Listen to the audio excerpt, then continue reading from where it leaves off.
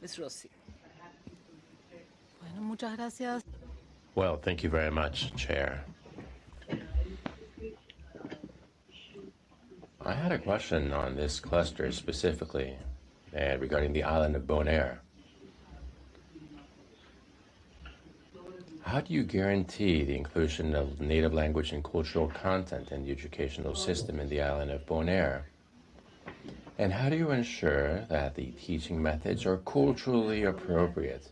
And how do you involve local communities and educators in drafting policies on education that reflect the cultural identity of Bonaire and preserve it?